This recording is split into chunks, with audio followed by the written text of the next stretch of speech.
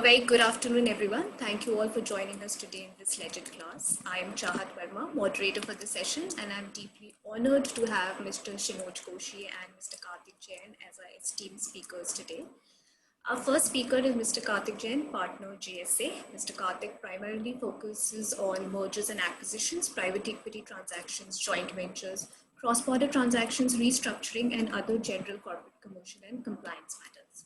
He's based out of JSA's Gurgaon office and has over 13 years of experience.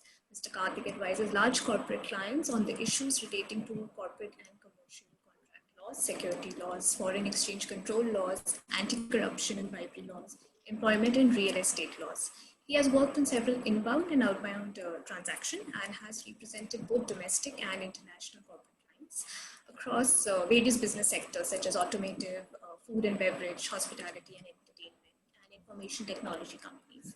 Mr. Kartik is highly appreciated by all his clients for successfully and effectively assisting and leading them in structuring of the transactions, managing due diligence exercise, finalization of legal documentation, negotiations, and obtaining regulatory approvals wherever required. He is also a member of the Institute of Company Secretaries and is a frequent speaker on a variety of topics at conferences, seminars, and sessions organized by eminent institutions and professional bodies. He has also written a number of articles for prestigious business and legal publications. Welcome, Kartik, sir. It is an honor to have you here today. Yeah, thanks a lot, Chahat. Our next speaker is Mr. Shinoj Koshy, partner LNN Partners. Mr. Shinoj has nearly 15 years of experience in domestic and cross-border M&A transactions and private equity investments. He has acted on both sell and buy-side mandates. Over these 15 years, he has advised on transactions with a cumulative deal of over US $40 billion. His practice focuses on corporate transactions, particularly M&A, joint ventures, corporate finance, and commercial dispute resolution. Mr. Shinoj is closely associated with industry associations like FICCI and Invest India, advising them on ways to promote FDI in key sectors like infrastructure, manufacturing, and retail. Additionally, he is also a member of the India Jersey Advisory Group, advising the states of Jersey government on its interactions with the government of India. He has been featured in the top 20 emerging leaders for the Indian legal market in the inaugural RSG Emerging Leaders Report, supported by Allen Overy 2019. Welcome, Mr. Shinoj, sir. It's an honor to have you here today. Thank you. So today's legit class is on shareholders agreements. This class is organized by LegitQuest, which is an artificial intelligence-based legal research product. It is a state-of-the-art legal research platform for conducting legal research and is very well known for the introduction of the world's only one-click insight system called the iDraft Case Analytics. In short, the iDraft feature powered by artificial intelligence takes out the issue, facts, arguments, reasoning, and decision of a case law. LegitQuest has also recently started by LegitI, which have latest news, interviews, and columns and serves the stakeholders of judiciary. So before we start, let me brief you all that our today's session will be for 45 minutes, followed by Q&A. I would humbly request all our participants to please be on mute and without video throughout the call. And all questions to the speakers can be written in the chat box, which we will be taking in the end if the time permits. So we seem to be all set. I would now hand it over to Kartik sir now. Over to you, sir. Thanks, Chahat. Hi, everyone. Welcome to today's session on Shareholders Agreement. For the ease of understanding, I have prepared a brief PPT, which I'm just sharing on the screen. Let me know whenever you're able to see it.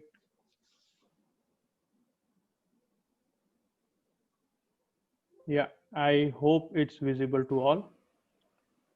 Okay, so Shareholders Agreement. Now, in simple terms, if I have to put what exactly shareholders agreement is, it's nothing but a contract which is entered by a company with some or all of its shareholders, with the main focus and purpose to set out the ground rules on how things will be managed, how the business will be operated, and what will be the governance and control rights which will rest with the shareholders.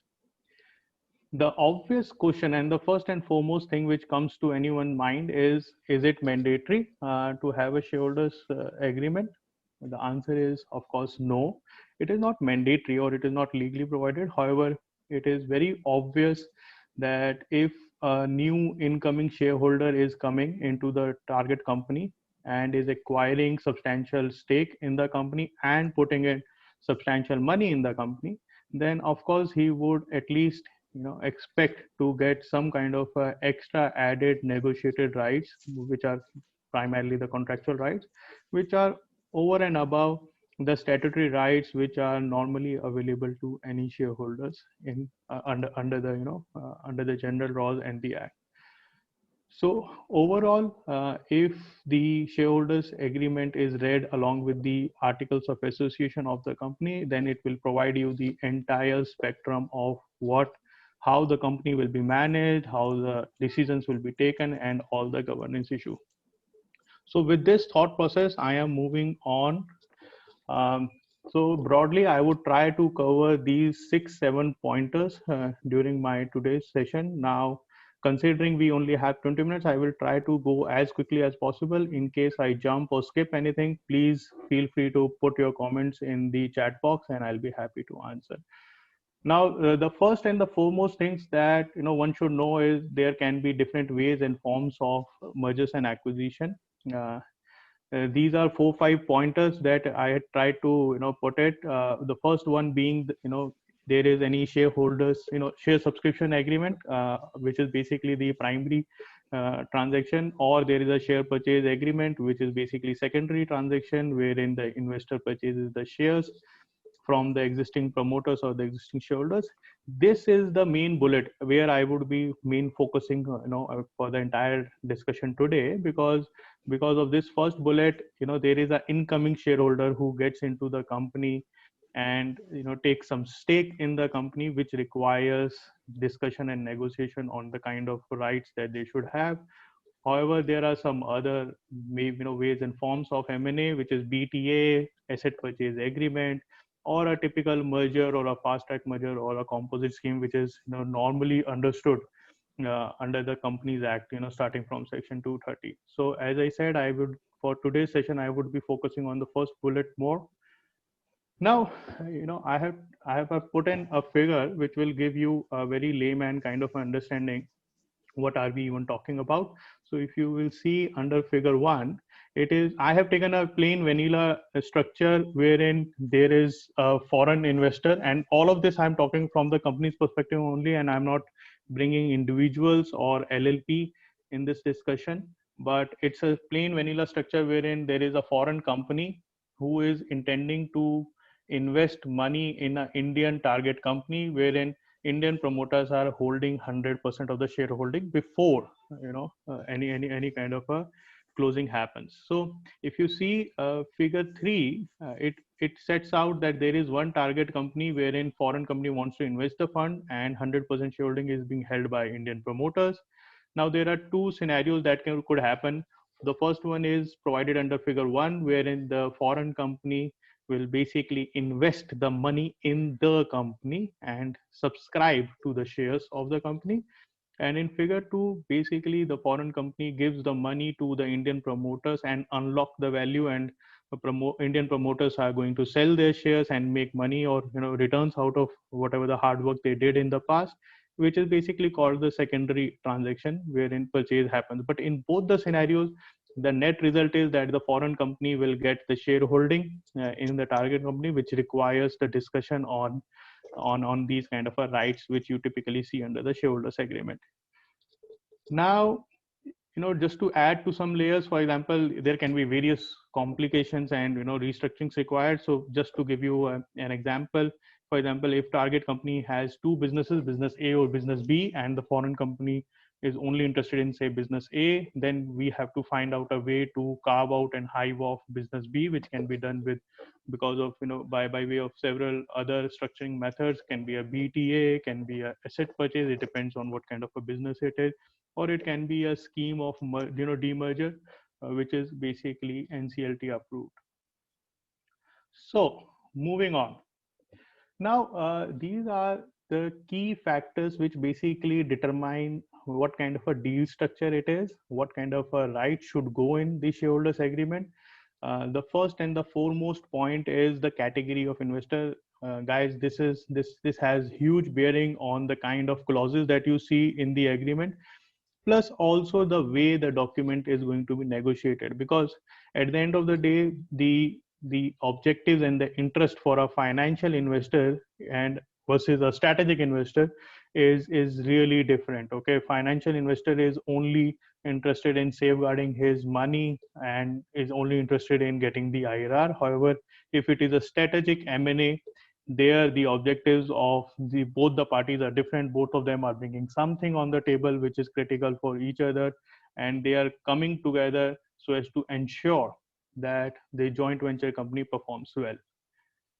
So, of course, the because of these objectives, the rights are different, and of course, at the end, I have also prepared one slide wherein I have tried to capture how these interests are different and how both of them will try to negotiate on different clauses in a different manner. The second and the most important point on determining what kind of a rights go in typically in the shareholders agreement is based on the percentage of the shareholding. Some of the critical benchmarks for these kind of holdings are 11%, which is of course a minority, to 26%, which is again minority. But the difference, for example, in both these cases would be because you are holding 26%, you would be in a slightly better position to block certain special resolutions which are required under the Companies Act. If you are holding, say, anything, say 10% or above, you can basically get the rights to drag the majority shareholders in cases of operation and mismanagement. Then if you are, say, holding 50-50%, if both of them are going to hold 50-50%, again the clauses and the expectations from each one of them would be uh, really different. The chances of getting into a deadlock kind of a situation, or who is actually going to manage or take decisions for the joint venture company, gets really it gets really impacted if both of them are holding 50-50%. 51 and 76 is of course clear majority for the shareholder. With 51, basically he can do whatever he wants to, minus the certain matters which are required, which requires special resolution. But apart from that, again, 51 is majority, and 76 then you are super majority. Okay.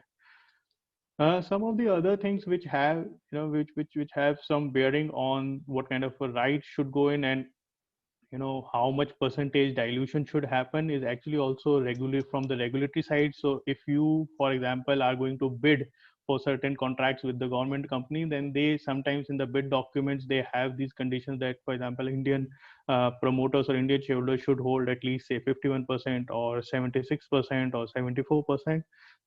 The other thing which has a bearing on certain clauses are linked with the origin of the investor. So, for example, if the investor is resident versus non-resident, the key provisions of foreign exchange control laws kicks in, which tells you about, say, sectoral, sectoral requirements, sectoral percentage, which basically tells you about the valuation, about whether or not you can have IRR kind of provisions in your shareholders agreement. And the last one is about the target company, whether the target company is a listed entity or an unlisted entity. Of course, if it is an unlisted entity, the scope of playing around with the rights is very huge as compared to if it is listed. Then we have to be very cautious what kind of clauses are actually going in the agreement. So this slide basically sets out the broad steps. Of course, I'm not going to get into the details of the things because of the paucity of time. However, broadly speaking, the entire transaction starts from signing of the NDA slash term sheet and ends up with the closing, which is nothing but the day on which the funding really happens and the share gets transferred or subscribed by the incoming shareholder. It is important that all the provisions of shareholders agreement actually kicks in and takes effect from the date of closing, okay, and not prior to that. Okay. So I'm just skipping all the points, but these are pretty standard NDA, term sheet, due diligence, then drafting and negotiation of transaction documents. These transaction documents can be n number of documents, starting from your share subscription agreement, share purchase agreement, shareholders agreement. Then there can be some technology transfer agreements, licensing, distribution, employment. Okay, so the entire there are a gamut of these documents. It depends on what the requirement of the transaction is. However, it is very important to know that there is no legal requirement that SHA should be a standalone document and it can't be clubbed with, say, any share subscription agreement or a share purchase agreement. It can be clubbed. It's just that the documents become slightly bulky, and if you want, then you can also break it into two documents, which is one is share subscription agreement, which is dealing separately on the investment side of the things, and another is shareholders agreement, which is only dealing with the governance and how the company is going to be managed and decisions would be taken. Then there is signing, CP completion, which is very typical. It's kind of certain things or certain pointers which the target or the existing promoter needs to complete before the funding can happen by the incoming shareholder. And then there is the deciding day, which is the closing day. Okay. Now, of course, this list is not exhaustive. However, I have tried to put in some key clauses that you typically see under a shareholders agreement. The important ones I have actually highlighted in red also. But to start with, of course, both the sides, in the sense, both the shareholders should actually give the object and scope of the joint venture. This is more from the strategic investment point of view. Then there are role of shareholders, wherein they will tell that, okay, fine, who is going to bring the brand, who is going to bring the technology, who is going to bring the money. And then there are points on governance and management for both board and the shareholders, and the issue on key personnel. Now, this key personnel again becomes important from the strategic joint venture point of view, as compared to a normal private equity deal, because typically the PE fund managers, they are not looking to control or get into the day-to-day operations. But if you are a strategic investor, of course, key appointment of CEO and CFO becomes a very important point for you.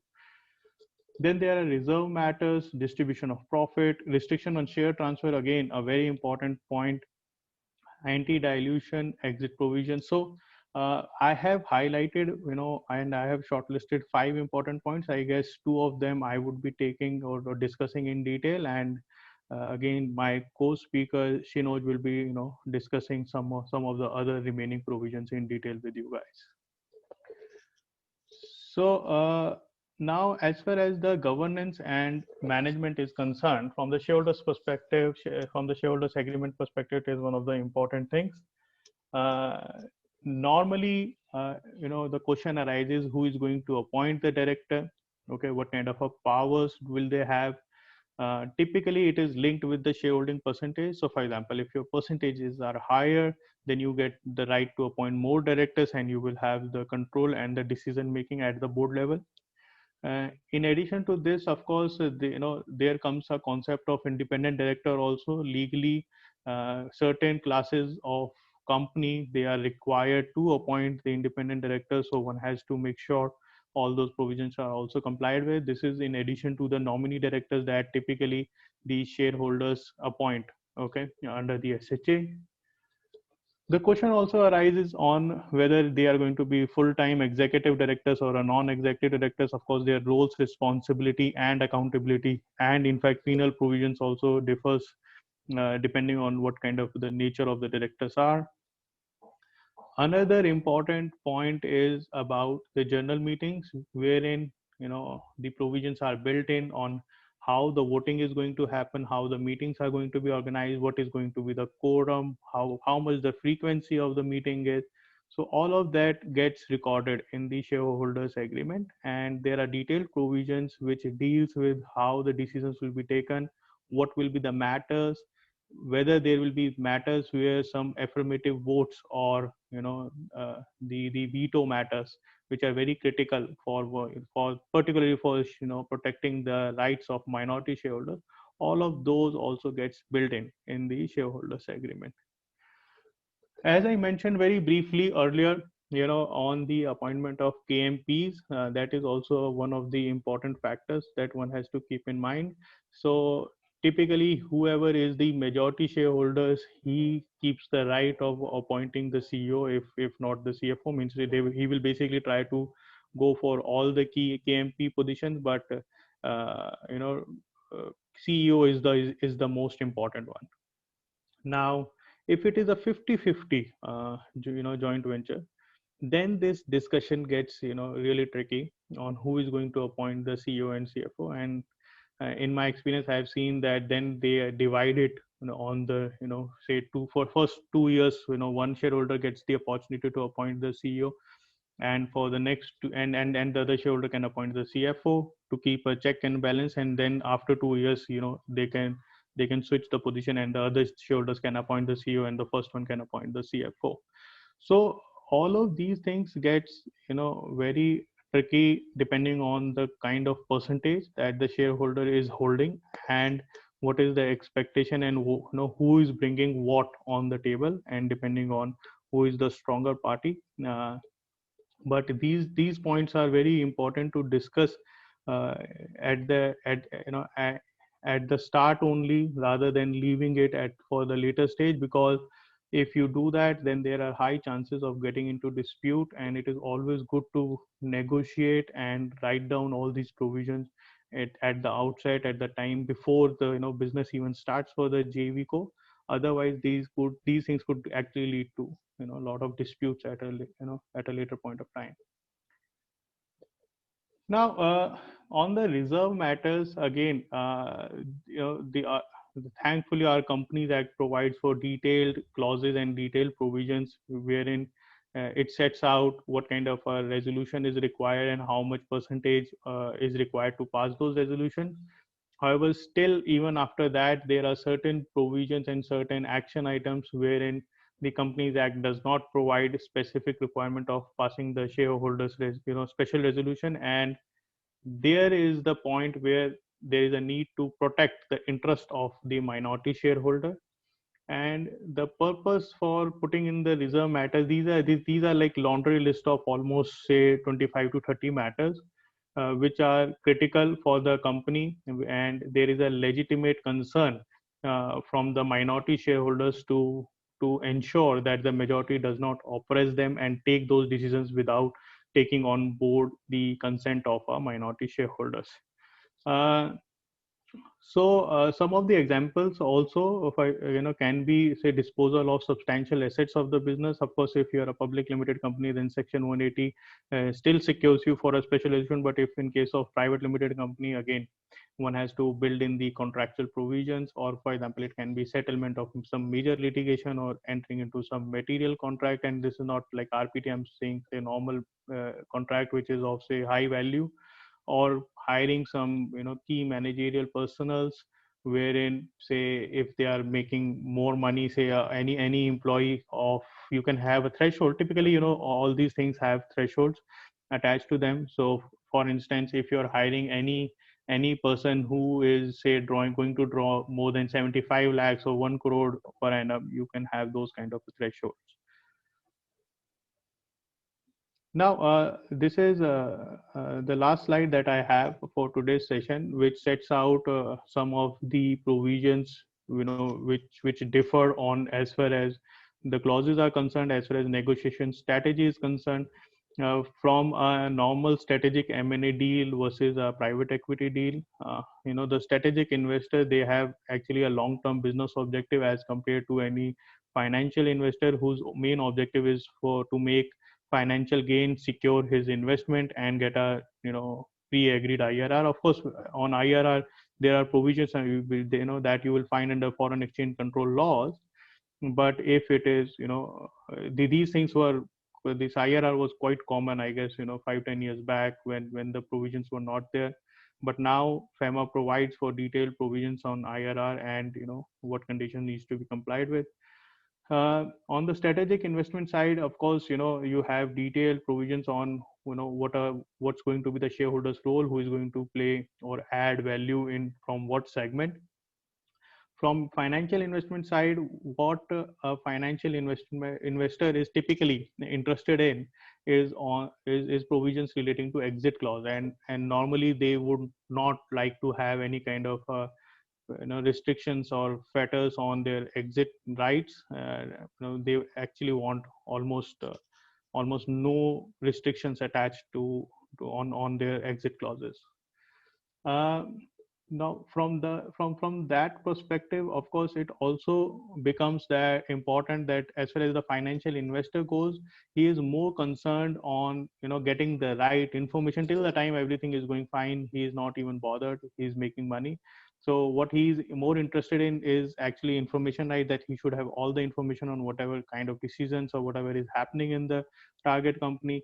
He wants to not control the company, but he wants to keep the negative control rights, okay, wherein he is not taking actions, but in case something is going wrong, then he wants to have the right to step in and do the course correction, which is absolutely opposite of what the strategic investor wants. The strategic investor, depending on what kind of how much shareholding they are holding, they want to actually have a positive control board seats, and they should they want to have the right to appoint key personnel as well.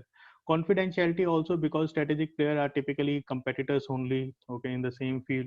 Therefore clauses like confidentiality, non-compete, non-solicitation becomes very important for them, which is not the case from the financial investor point of view, because typically in their portfolio they have investments in several of their companies. So what the financial investor is very concerned about is things like anti-dilution rights, or they have more emphasis on indemnification and reps and warranties, again because of they want to secure their investment, whatever may be the case. As far as the strategic investor is concerned, again, strategic investor is very concerned on the transfer restrictions, because at the end of the day, they don't want that their shareholder, or their partner sells their stake to someone else, and they find themselves with some stranger next morning, and they have to deal with that stranger.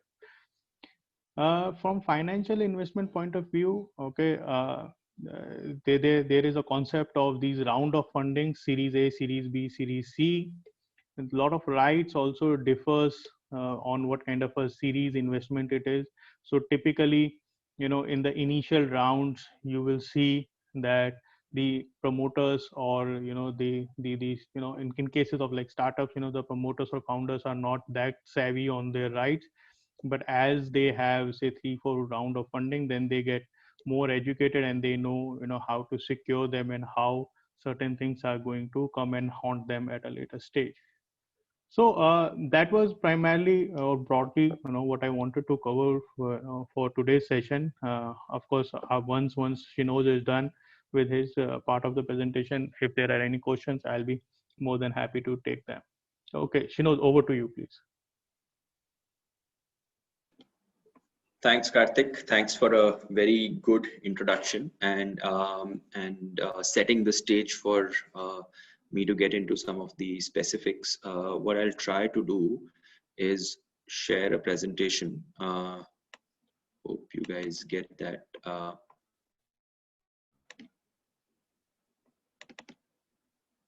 I hope it is now visible.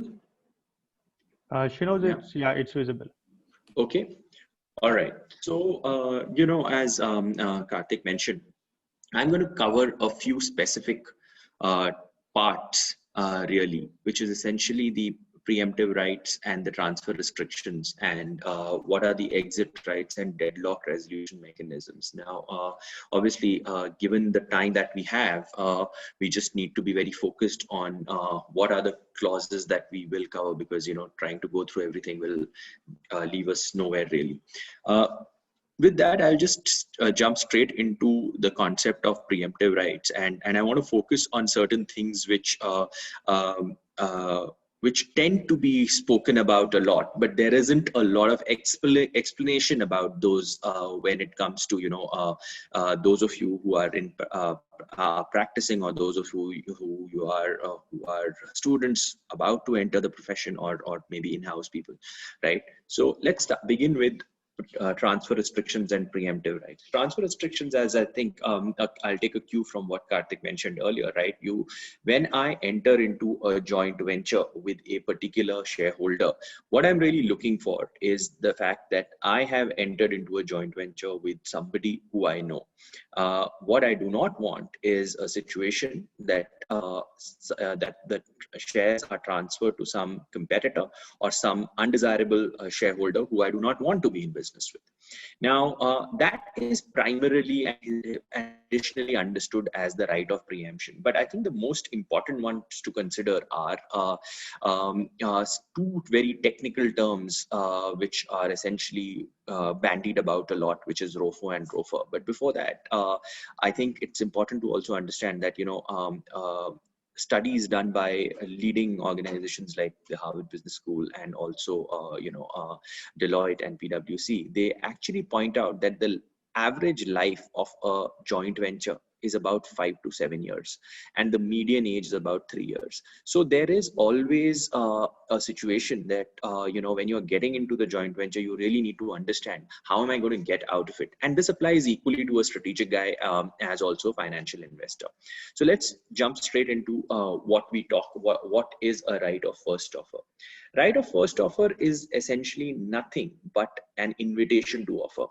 So if two shareholders come together, one of the concepts that they provide for is that if one of them wants to sell, he will go out and tell the other shareholder that, hey, listen, you know what, I'm looking to sell.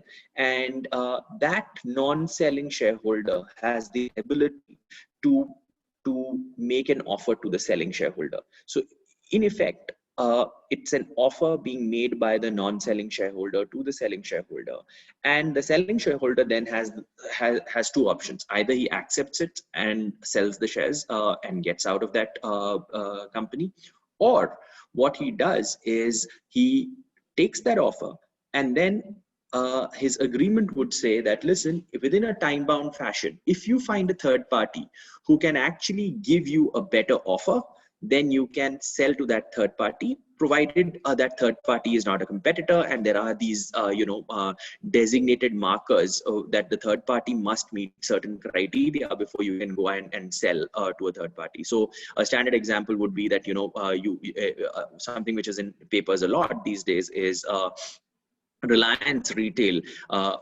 attracting a fair amount of money from several shareholders who are coming into Reliance Retail.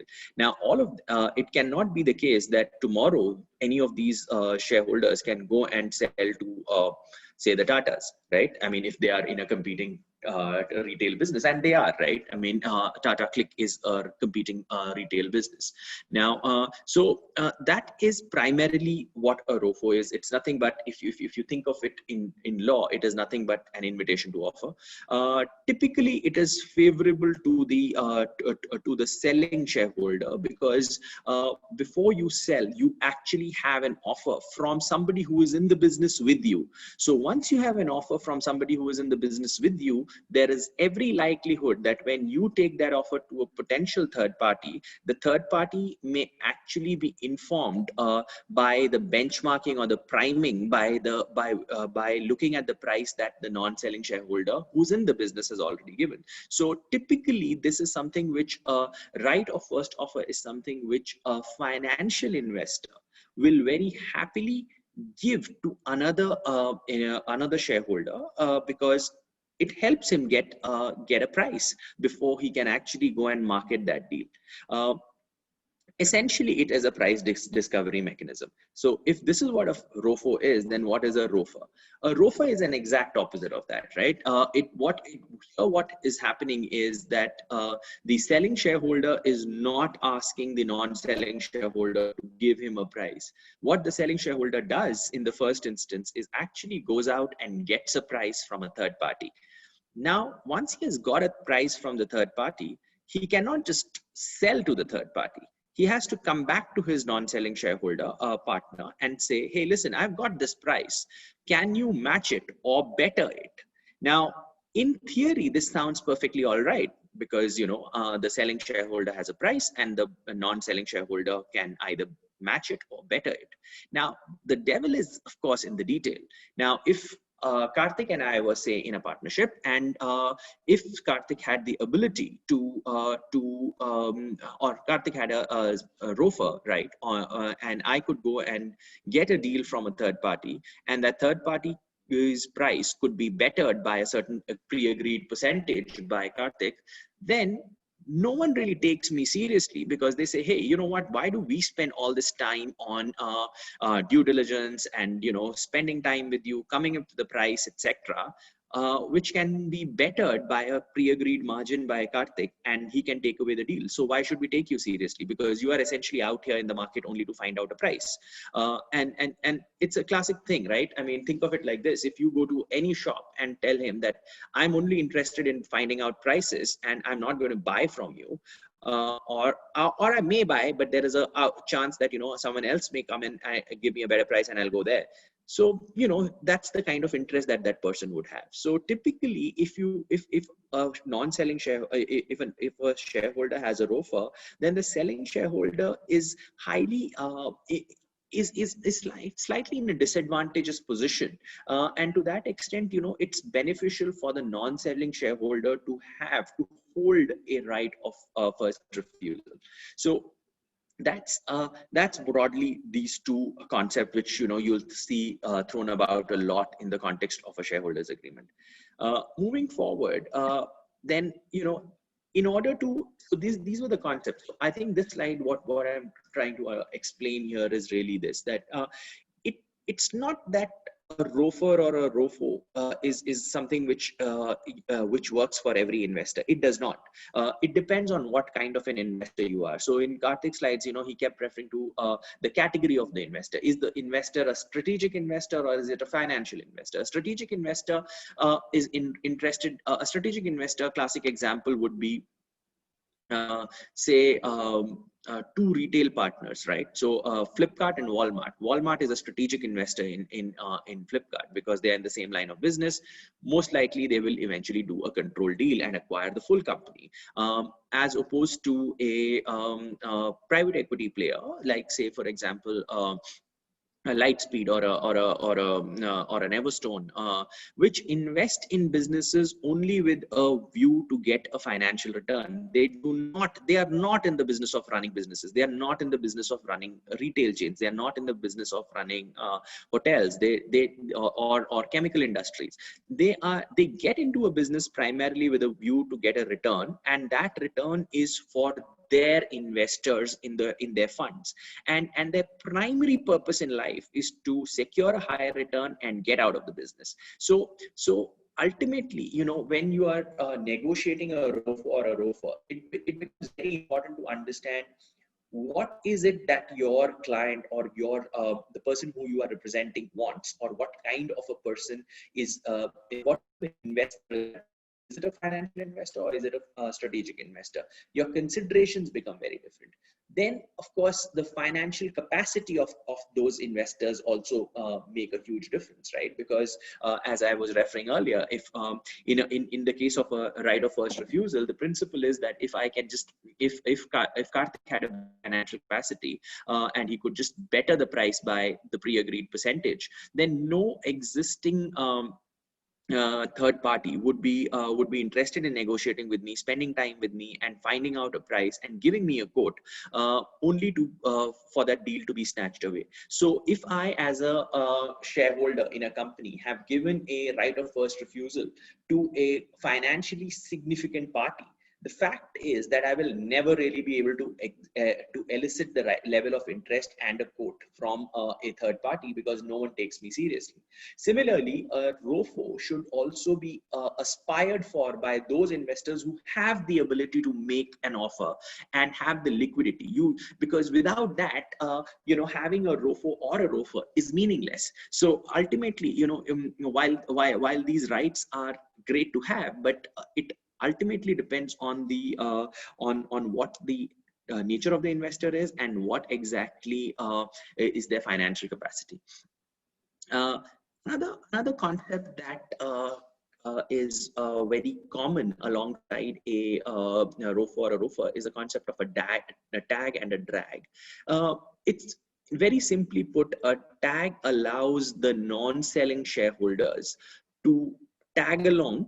Literally, it's to tag along with the selling shareholder, and it casts an obligation on the selling shareholder to pro rata or otherwise to provide to the non-selling shareholders the opportunity, should they wish to to come alongside that selling shareholder and say, hey, listen, you went and found out a deal for yourself, but we don't want to be in this business if you are not in this business. So I'll again go back to that example. So assuming Kartik is a founder, and I have backed him as a financial investor, I would want a tag saying that, listen, if you get out of the business, there is really no reason why I should be in the business because I backed you as the founder. Equally, the converse applies, which is the drag along, whereas and typically it is asked for by significant majority shareholders. So in Kartik's matrix, he talked about 11, 26, 50, and 50 plus, and 76, of course. Typically a majority shareholder who has a very high majority, somewhere in upwards of 51 or most likely even 76 plus, would want the ability to drag minority investors, because he says that, listen, I have a fair amount of capital riding on this business. If I and please, you'll have to trust me for that. If I am exiting this business, I'm not going to just lose all my money. If I am taking the effort of going out and getting a deal, and I'm giving you the same deal, I'm getting you the same price at which I'm selling, there is no reason why you should hang around and not allow me to do that deal. And that's why I refer to what is known as a control premium. A control premium is essentially the higher price that you can secure from the general market if you can deliver control of a company. And in order to be able to secure that control premium, typically a drag is a right which investors negotiate for themselves, saying that, listen, if we have to deliver control, then we should have the ability to deliver control. And in order to be able to deliver control, we must have the ability to drag a minority shareholder along and tell them that, listen, we can actually deliver control to you, and therefore we have the ability to negotiate a better price. Now, in both instances, if there is an incoming shareholder, it needs to sign what is known as a deed of adherence. And I think Kartik referred to in his list of documents that every time a new shareholder comes in, he has to sign a deed of adherence so that he steps into the shoes of the shareholders from whom he is buying and honors the shareholders agreement. So these two, or rather these four concepts should be considered conjointly: a ROFO and a ROFA, and also a DAG and a drag, a tag and a drag, as to how and when these are used.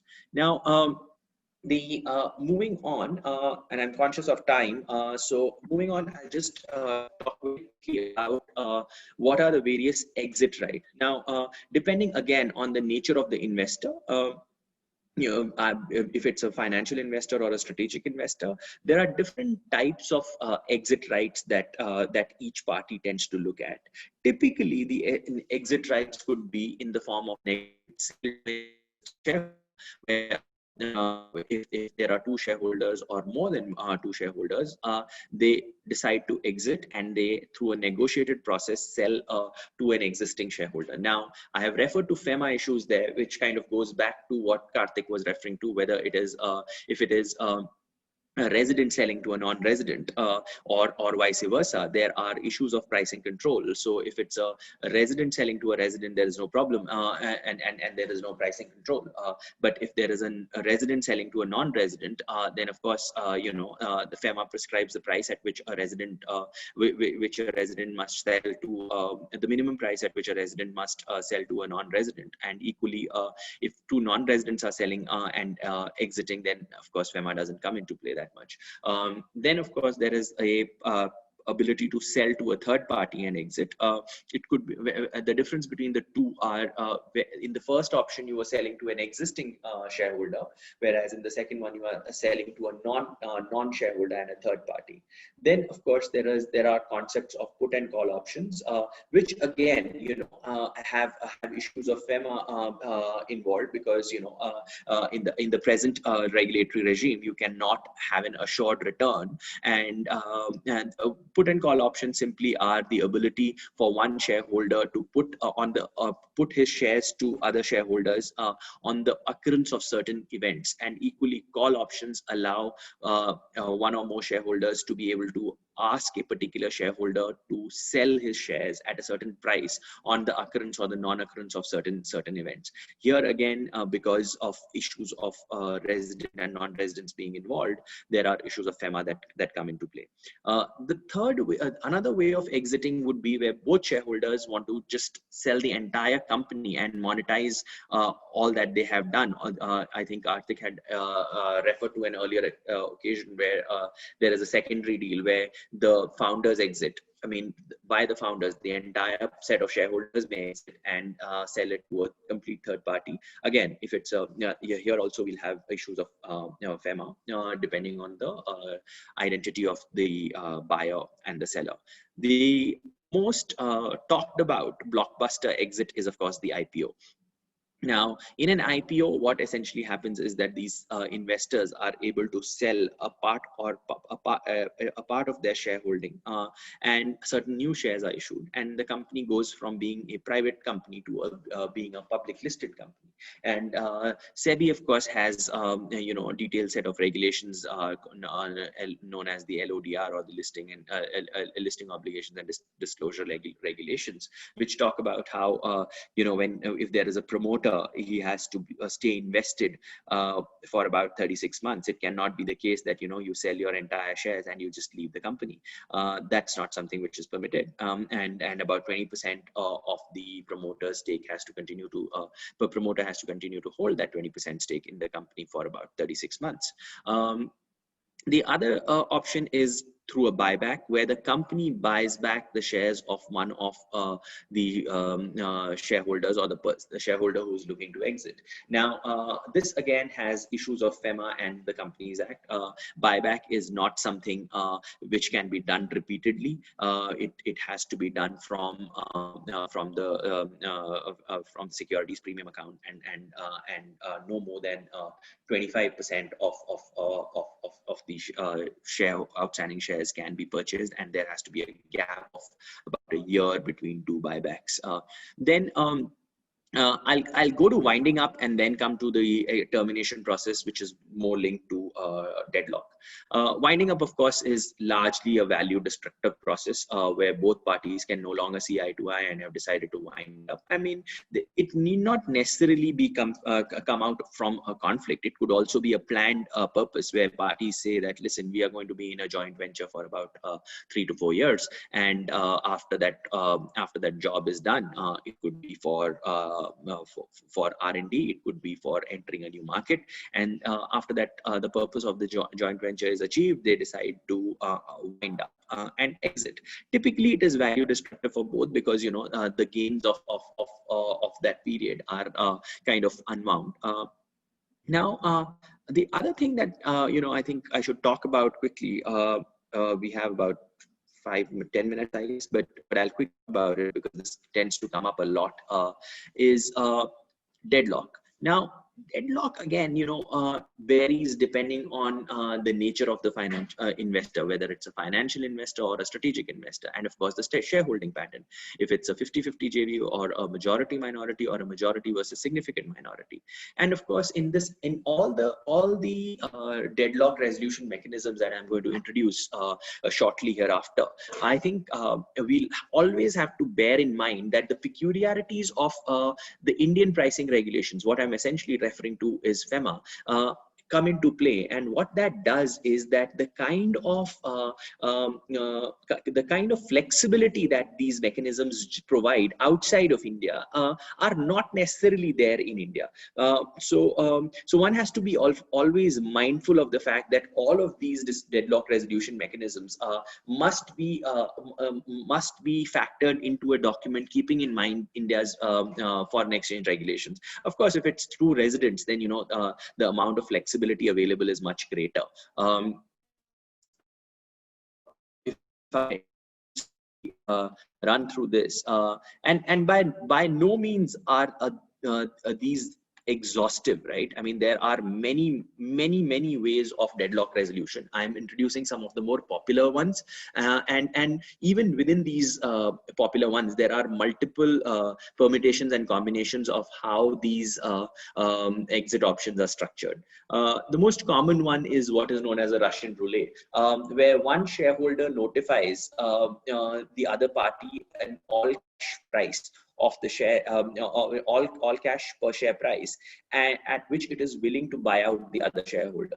Now, typically, what this means is that the non-selling shareholder or the seller to whom this has been offered has two options. Either he can sell at that price or he can buy at that price. Now, what this does is, in simple terms, think of it like a piece of cake where which has to be shared between me and Kartik. And if I get the right to cut the piece into two halves, then Kartik must get the right to choose which half he wants. What that does is that it eliminates the moral hazard of my trying to pull a fast one on him. Because what this is doing is that if I'm giving him a price, then either I must sell at that price or I must be willing to buy at that price. So it keeps me honest, but I must also hasten to add that, it keeps me honest at a very superficial level, because if our financial capacities are different, then I can play around with this price to make sure that, listen, I will never have to sell at this price because the opposite party does not have the financial wherewithal to buy me at that price. So therefore, I can always offer a price which is slightly lower, because I know that even that lower price, the opposite party does not have the capacity to pay.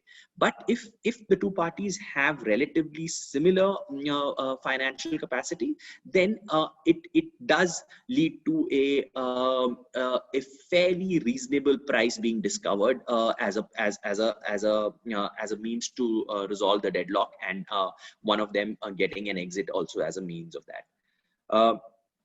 Moving on, the other popular one is what is known as a Texas or a Mexican shootout. What that really does is one shareholder names a price, and the other shareholder can either accept it or reject it. But if it rejects it, it must come up with another price to buy out the first guy.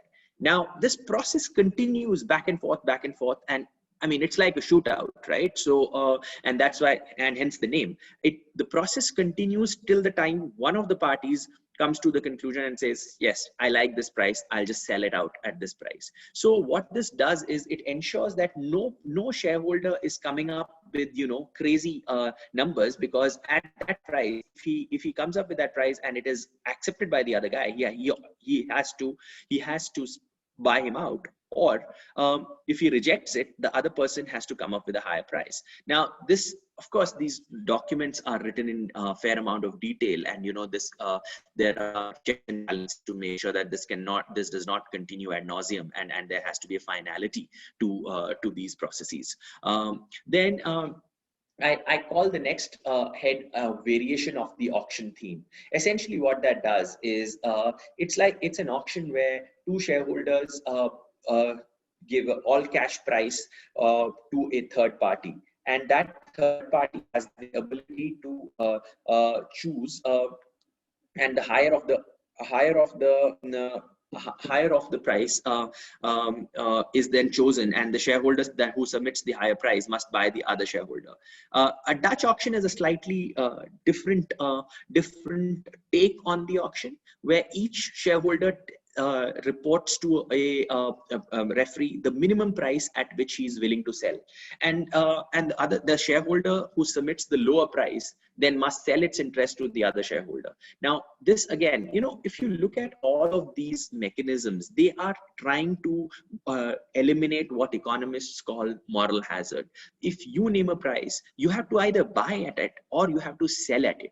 This tends to keep people honest, at least in theory, as long as they are financially similarly placed. If they are not financially similarly placed, then there is limited use of these theoretical concepts which are aiming to keep people honest.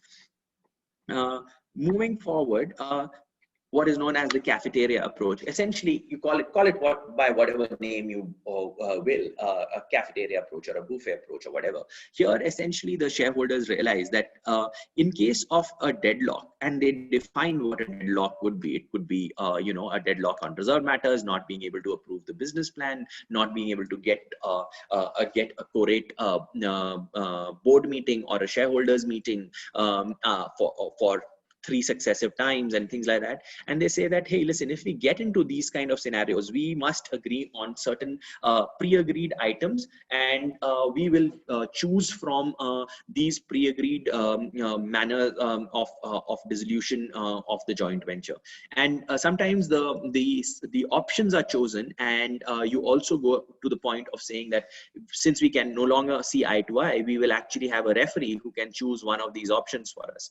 But the problem with this approach is that if there is a serious disagreement and the parties don't see eye to eye on anything, then they may actually not be able to make any progress. And that's why it is important in this kind of a scenario to clearly identify what will constitute deadlock, and there must be an automatic trigger to this approach.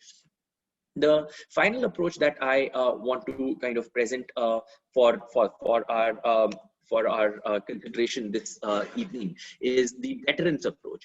Here, the concept is that whichever party asks for the breakup of the joint venture must go and get a valuation done from a pre-agreed valuer. And once the valuation has been done, either it has to buy at a certain premium to that price, or it has to sell at a discount to that price. Again, this is also to deter any party from asking for a breakup of the joint venture. And typically the way this is put in is you ensure that for a certain period of time, which both parties agree is important for achieving the minimum aims of the joint venture, anyone who tries to ask for a breakup before that particular period must be deterred using the deterrence approach. So as I mentioned earlier, so I'll kind of go back to summarize this entire presentation. What I would say is that these are very interesting concepts. As concepts, they are all very interesting. But please understand that this is not a situation where one particular concept will take you to the finish line. It will not take you to the finish line. It is a combination of these, and it is again a combination of these which are evaluated on the basis of the nature of the investor, a strategic investor versus financial investor, and also their relative financial capacities, a resident versus non-resident. That will inform your choice as to what you will choose. And finally, who wants to stay on in the joint venture, or do they want to actually break up the joint venture and move on? This is what informs these choices, and on that basis, it is important to know all these concepts, but also please understand they do not apply in vacuum, and they apply in the context of the nature of the joint venture partner. With that, I would stop, and happy to take any questions. So much, sir, and Kartik, sir, for such an insightful and knowledgeable session. It was indeed informative. Moving to the Q&A session, we had received a lot of questions, but some have already been covered, so I will take the remaining. If you feel like something has been already covered, you can let me know, and I will move on to the next one. So the first question is, as already mentioned, that there is no legal requirement as such to have a shareholders agreement. So basically the question is, what are the benefits of a shareholders agreement, and is a company a party to a shareholders agreement? Yeah. So, Chaha, of course, it's not legally mandatory to have a shareholders agreement. However, it is always good to have it.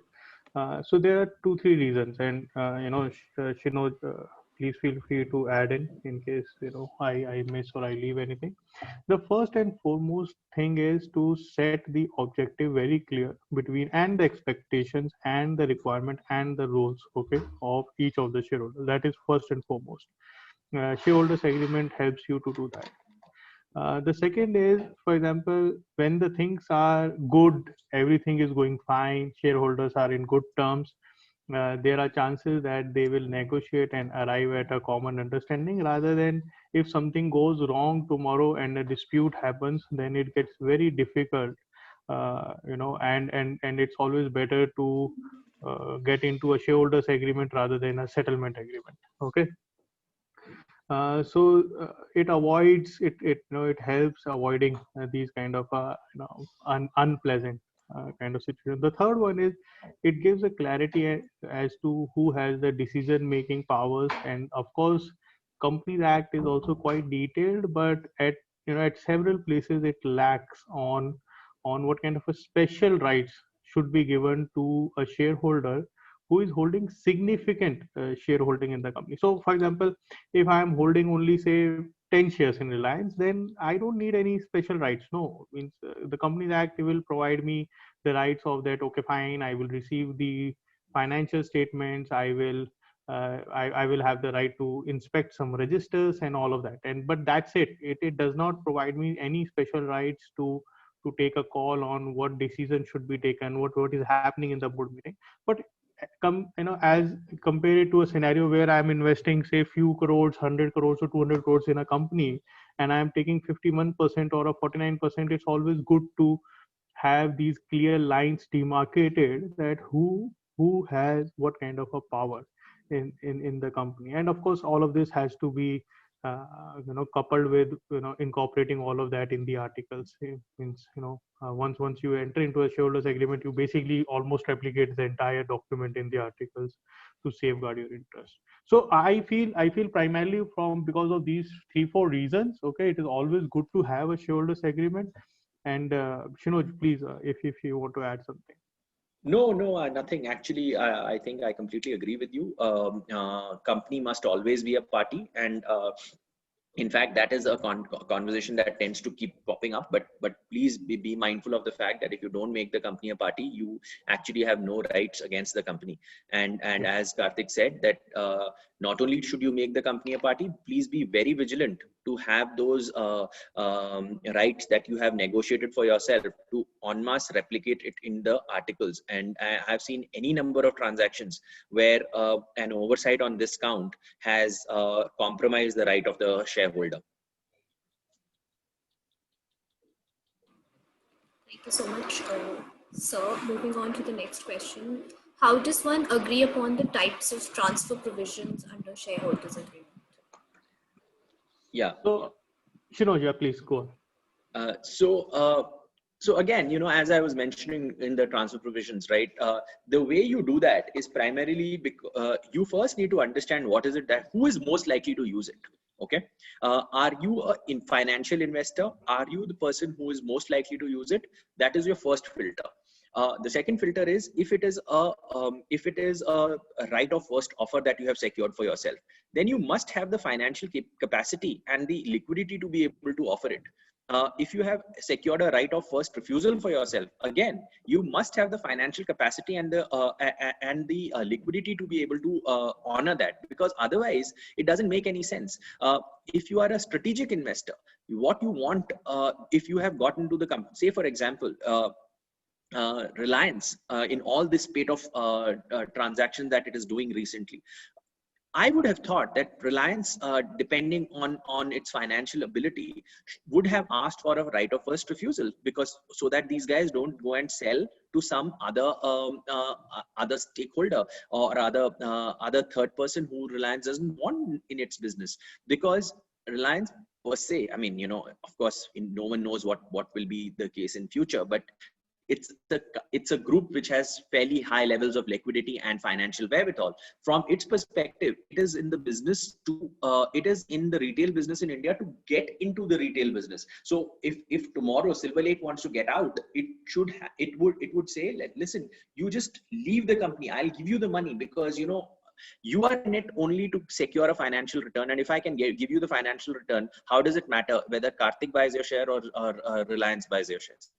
So ultimately, it depends on whether you are a strategic investor or a financial investor. Of course, there are other finer things that come into play. That if you are a resident versus non-resident, then if the agreement is between two residents, then you have a greater selection of options to choose from. But if you're dealing with a non-resident, or if you're dealing with a resident and you are the non-resident, you have fairly limited wriggle room to choose the various options. And because FEMA is, as you can predict it is highly biased in favor of the resident. But there are workarounds that lawyers like Kartik and I work on to figure out how that can be worked around. Kartik, please add whatever you want to add. Kartik, sir, you Means spot on, Shinoj. Means I couldn't agree more, but absolutely correct. See, the bottom line is there is no straight jacket answer to this. It depends on what kind of a transaction it is. It depends on what are the parties, how much money is involved. So of course, all of these things depends, and negotiation is, that's the most interesting part of these transactions. That I can't be just copying pasting the provisions and simply saying that this clause should be there or this clause should not be there. Sometimes, for example, let me just give you an example, which I faced in the past. We were negotiating, one shareholders agreement between two, then both the parties were Indian residents only, and we were negotiating put and call. Our client was very open in saying that, and that I don't even need a call option, because at the end of the day I'm not going to call on the shares. I'm not going to call the other side shares. So why are we even negotiating and spending n number of hours on that clause? Which is quite obvious. No, so it depends on, as also mentioned, that how deep your pockets are and what exactly are you looking at. For example, if you take any startup case, any founder will never negotiate on a call option, because he knows that at the end of the day, he's as a 10% shareholders, he's not going to call upon 90% of the remaining investors or strategic players or something. So it depends. However, if the founder is someone who is holding 75% or shares, or say 74% shares, then of course he will say, yes, I should have a call option on the remaining shares. So it depends. All these negotiation depends on facts and circumstances, and as rightly put and summarized by Shinoj, there is no straight jacket answer to this. Thank you, sir. Moving on to the next question. Sir, ROFR, right can be for promoters as well, or this right is just for investors? Sir, is the question that whether ROFR can be only for promoters or can it be for investors? Yes, sir. It can The be short for answer anyone. is yes. It can be for anybody. Whoever has the ability to negotiate and get it Yeah. can have it. Absolutely. Okay, sir. Thank you so much. So the next question is, are shareholders agreement enforceable against third parties? Third parties, as in? No. I mean, means no agreement is agreed. Yeah, means till the time you are party to that agreement, it means, of course, at the end of the day, the intent is to regulate the relationship between the shareholders and the company. And for example, if someone is not even a party or is not even a shareholder, so there's no point on regulating that person. In fact, shareholders agreement doesn't even contain any clause like this, which basically applies to any third party. It always contains only those provisions which are applicable on the shareholders or the people who are party to that agreement. Right, so and if I may just add to that, yes, I think that answer applies not just to shareholders agreement, it applies to any agreement. So it's like contract law 101. If A and B are party to an agreement, it is certainly not enforceable against C, D, E, F, or whoever else. Thank you so much, sir. So the next question is, how shareholders agreement can be drafted to minimize oppression and mismanagement of minority shareholders? Interesting. So one such measure that is put in is to ensure that governance is shared between the parties and the minority has a bit of a say. Of course, depends on what level of minority it is, right? I mean, I think Kartik alluded to it in his presentation where he talked about reserve matters and governance, right? And so if you are a 3% shareholder, you can't say I will have the CFO. No one will give you that, or give you the ability to put a veto on the business plan, annual business plan. But yeah, if you are a 10%, right, and you have the ability to drag them to court, they may the larger shareholder group may want to allay your fears that, you do not run to court and run to NCLT and say that there is an O&M situation here. Typically, it is done through governance by sharing, governance rights and putting checks and balances in terms of how the quorum will be constituted, what can be done at the board level, what must be done at the shareholder level, and what are the reserved matters. Now, if you are a 3% shareholder, you can forget about veto rights. But if you are a significant minority, if you are 26, of course, you can block a lot of things. But if you are, say, 15 or 20, you may be able to negotiate certain rights. There is no right in law, but your ability to negotiate is better. In fact, any number of SHAs that I have seen, there is a waterfall.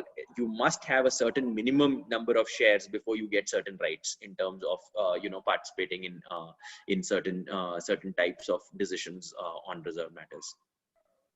Kartik, Yeah, absolutely. In fact, just to add, means I just wanted to add one point. In fact, in these shareholders agreement, you also have a clause on fall away rights. In the sense, so for example, if you fall below certain percentage, there can be a scenario wherein you actually lose the rights that you got in under the shareholders agreement. So that is also something which one has to keep in mind. But at the end of of this, all of this is that, of course, if there is any operation or mismanagement, one has to see what kind of operation and mismanagement it is, and of course the minority can approach the NCLT and then take up that issue. Thank you so much, sir. Sir, the next question is for shareholders agreement to be enforceable against the company and other shareholders. Whether the provisions of the agreement have to be incorporated in the articles of association of the company? yes. It's a must. Means you should definitely incorporate all the provisions of your shareholders agreement in the articles. See, as far as the company is concerned, the articles of association is the main document which actually governs and regulates how the company is going to be managed. So of course you should definitely incorporate everything in the articles of association. Shinoj, sir, would you like to add something here? No, I think I completely agree with Kartik on that. It must be in the articles of the company, otherwise you won't be able to enforce it against the company. And of course, you can enforce it against the other fellow shareholders, because just like any other contract, you enforce against another shareholder. Thank you so much, sir. So moving on to the next question, can a shareholders agreement include an arbitration clause with seat outside India? So Yeah. that, yeah, of course it can, but that answer is primarily not linked to the nature and the kind of the agreement. It is basically linked to the nature and the parties basically. So for example, if there is one party is from, say, India, and one party is, say, from overseas, then of course you can have arbitration clauses. And typically, what we see is that typically they have a panel of 3 arbitrators. However, it depends. So for example, if the agreement is not of that high value and it is a very small kind of investment, then parties also agree to a sole arbitrator. But I have in my experience, I have seen 3 arbitrators normally, and happy to hear about Shinoj's experience. But yes, you can have a foreign seated arbitration. There's no problem. So this is an interesting point that you raise. See, are shareholder disputes arbitrable? Answer is 100% yes. Can you have a foreign seated arbitration? Absolutely, if you have a foreign seated party, if you have a non-resident party. But there is a bit of a detail here. Now, if you are seeking any relief against the company, right, it also depends on what relief you are seeking. You cannot seek a relief against the company which has to be implemented through the NCLT, right? So a foreign seated arbitration will not be able to give you a relief which should have ideally come through the NCLT. So if you believe that, yeah. So it's a very interesting question that you raise, and this came up in the rather well written about McDonald's shareholders dispute, where the question was that there is an international arbitration between the Indian partner and McDonald's, but the fact is the relief that was being sought was not something which the arbitrators could give. So the arbitrators could give a relief against between two shareholders, or between the company and the shareholder, which is monetary in nature. However, if, say for example, one of the reliefs that you are claiming is to reverse a share transfer which has been recorded by the company, an arbitrator will not be able to give you that relief. That relief has to come from the NCLT, and therefore, while you may go to arbitration and seek monetary damages, you will not be able to get the relief which NCLT is which only NCLT is empowered to give. So it does become, it's a bit of a nuance there. It's a very good question, and ultimately it comes down to what is the relief that you are seeking against the company, which will determine whether it is arbitrable or not.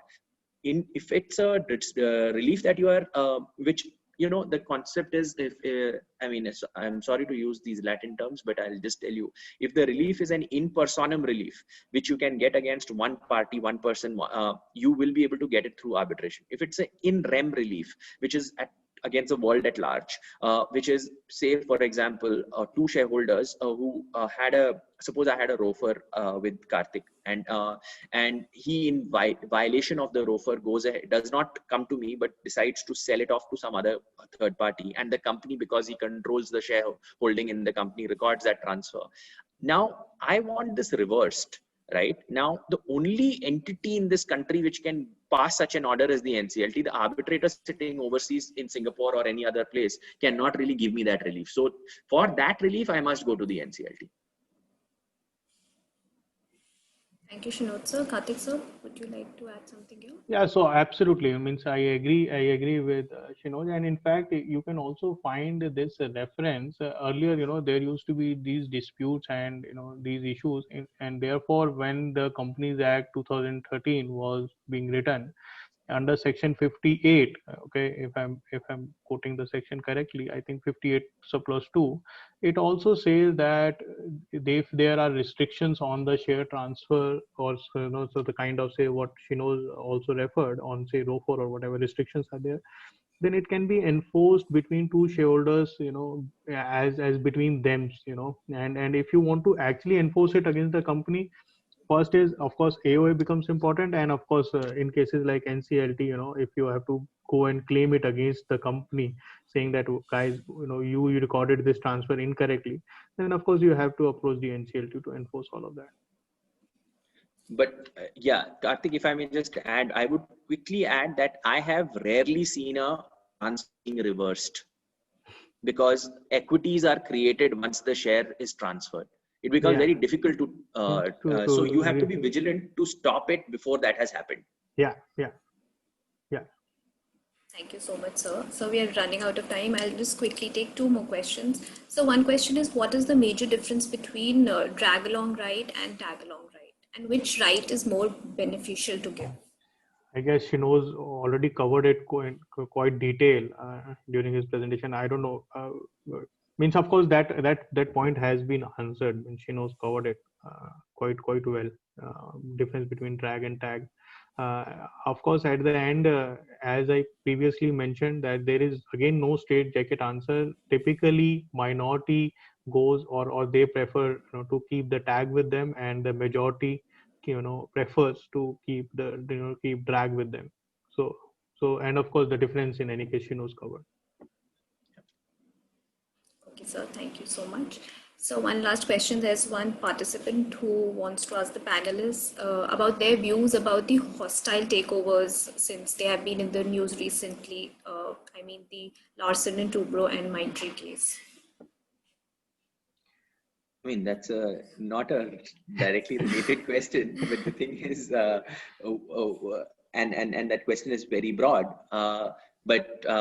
But I'll tell you what my thought on hostile takeovers in general are. I think hostile takeovers are great because they unlock shareholder value.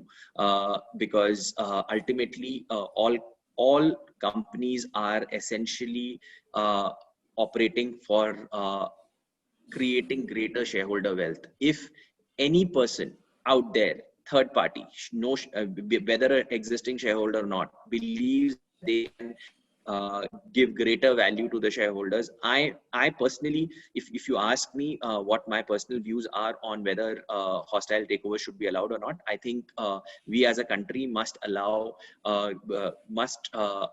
come up with a regulation which promotes hostile takeover so that greater shareholder value can be unlocked. See, my view, Chahat, on this one is, first of all, as far as hostile takeover are concerned, you will typically see them in listed space only, because till the time the company is private limited company and is closely held by a promoter group, the question of hostile takeover won't even arise till the time you get a blessing or a sign off from the promoter itself. Uh, so as far as the listed space is concerned, and listed companies are concerned, where you have this issue of concept of open offer and getting say 20. So for example, if you get a certain percentage, acquire a certain percentage, and you trigger the requirement to go for an open offer where you can get more shares. So it basically depends, for example, of course, this Mindtree one happened way because they got the 20% shares from the promoters of Cafe Coffee Day, and they were able to secure that kind of a number. But hostile takeovers, you know it depends. Sometimes it creates value, sometimes it creates unrest where, with the remaining shareholders which are not happy. The main reason of hostile takeover is because all the shareholders are not agreeable to that kind of a sale. So whoever stays, and they are left with no option but to sell to the person who has taken or taken over the company. So it depends. I won't say that all times it's a good to have, but net in any case these are not very common. Okay, means hardly I remember, I guess maybe say 4 to 5 instances where hostile takeovers would have taken place, which are really substantial or big. So that's what I think. Means of course leave it to Shinoj. No. I mean, I think it's a very broad question. I mean, I Yeah, it's just a very expressed broad my question. views. Yeah. And typically, the reason why it doesn't happen in India is because the regulations are not Yeah. particularly favorable. Financing is not available. But yeah, I mean, I believe in free market. Thank you so much, sir, for sharing your views. Looks like we have covered all the questions that we could. So is there anything else that you would like to add before we wrap up this class? No, so I would actually like to thank you guys for organizing this session. Of course, shareholders agreement is something which I do as a bread and butter. So it's always close to my heart, and I'm more than happy to speak on this subject matter at any given point of time. So thanks to you guys for organizing this, and thanks Shinoj for the wonderful session, and quite informative. Thank you. Thank you, LegitClass and Kartik. It was, I think, done very well. And but as Kartik said, shareholders agreement as a subject matter is something where we, I would say it takes about 3 to 4 hours to cover it properly. But in the 1 hour that we had, I think we focused on the more important and substantial parts. And I think you can go away saying that you know about the key concepts of a shareholders agreement, if not everything in that is there in a shareholders agreement. So thank you for organizing it, and thanks for organizing. Thanks for being a great co-panelist, Kartik. Thank you so much. Yeah, my pleasure. Thank you so much, Kartik sir and Shinoj sir. Thank you on behalf of LegitQuest and Mr. Karan Kalia to spare your valuable time for this Legit class. It was truly an honor to have you both. And I would like to thank everyone for being a part of today's Legit class. Thank you all the participants. For recording of this Legit class, you can subscribe to LegitQuest's YouTube channel. We hope to see you again next time. Thank you, sir. Yeah. Thanks, everyone. Bye-bye.